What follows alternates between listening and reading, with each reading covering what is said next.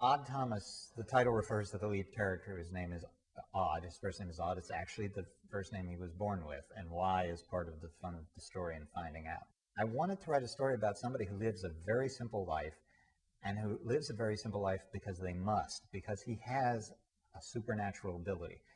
As he puts it, I see dead people, but then by God I do something about it.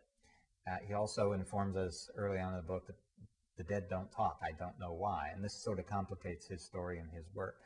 But he sees the dead and has, since he was a child, the lingering spirits in this world.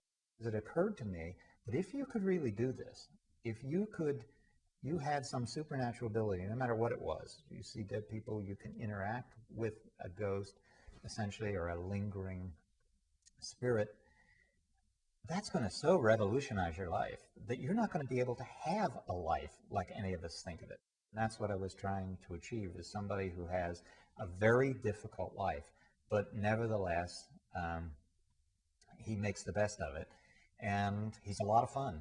And so I have this character, Odd Thomas, who is 20 years old, and he's a short order cook in the town grill. That's how he supports himself. He lives in a little desert town that I've invented called Pico Mundo, and I've always been fascinated by Southern novels that are about eccentrics, and virtually everyone in the novel is an eccentric. And I wanted to write a novel that was sort of like that you sort of, everybody you met was really an unusual character in this town, and yet unusual in a very believable and interesting way.